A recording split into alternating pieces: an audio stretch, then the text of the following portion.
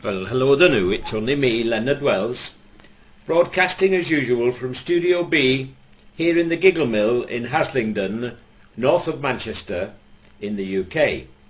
Studio B has, as you know, the resident engineer from Berchtesgaden in Bavaria, a very sweet chap called Adolf Apfelstrudel. Unfortunately, during the WAR, he became a strict disciplinarian and refuses me any more than 12 digital megaburgers per broadcast. This means that once again I'm obliged to deny you the all-time thrill of seeing and hearing my world-famously forgettable rendition of Nessun Dorma. As you know, Adolf, who was very badly injured during the WAR, always refuses to appear in person before the camera because we don't want the audience to faint, you see. So, but occasionally he will wave, and I'm going to ask him today if he's in the mood to wave to you, because it's a big thrill. Adolf, are you interested in waving to the audience today? What do you think? No, that's a definite no-no, unfortunately. So I'll get straight on with my next tale, which is about the army during the Second World War. And I'm old enough to remember that. A lot of you, of course, won't remember it.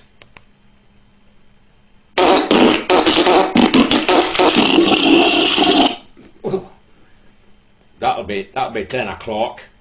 It's these oats, you know, they keep you regular as a clock.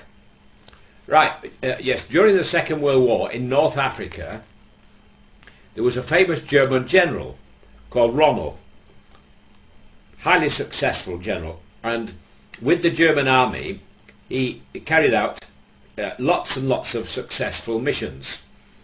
Unfortunately for him, along came one day a British general called Montgomery, who in the end defeated him with the British 8th Army.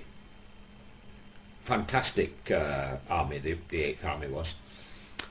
Now, every morning, no matter what the weather, there was always one or two soldiers on what's called sick parade to be examined by the army doctor. And this particular morning was no exception, and there were three in the waiting room, a sergeant, a corporal and a private. So in deference to their rank, the army doctor calls in the sergeant first, and he said, "Right, sergeant," he said, "you look as though you've been through the war." He said, "I can tell that."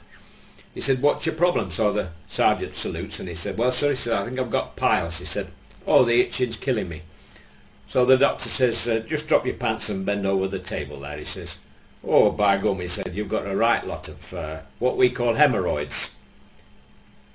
So he said, best thing for them, he said, "Go to the treatment room over there, drop your pants and get to work with the wire brush and the boot polish." He said, "That'll work wonders."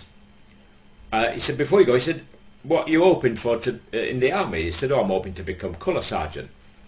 He said, "I can send a bit more money home to the wife." "Very good, lad," he said, "off you go." So the sergeant salutes and away he goes.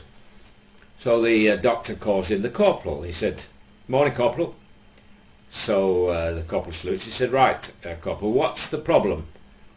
So the corporal said, "Well, it's a bit embarrassing." He said, "But I think I've got syphilis." He said, "Right, lad, drop your pants. Let's have a look." He said, "Oh, definitely you've got syphilis." He said, "God knows what you've been doing to get that lot." He said, "Right." He said, "Best thing for that," he said, "pop into the treatment room and drop your trousers and get to work with the boot polish and the wire brush." He said, "That will work wonders for you." He said, "What?" He said, "And by the way," he said, "what are you hoping to do in the army?" He said, "Well, I'm hoping to become sergeant." He said, "I can send a bit more money home to the wife then." "Good for you, lad," he said, "off you go." Finally he calls the private. He said, "Right, private," he said, "we'll not stand on formality." He says, what's your problem?" So the private looks up at him and he said, "I've got tonsillitis, I can hardly speak." He said, right, open your mouth. He said, let's have a look. So he shines a little torch down and he has a look and he gets his stethoscope out. He said, definitely tonsillitis. He said, oh, dreadful. He said, what I suggest is go into the treatment room and get to work with the wire brush and the boot polish.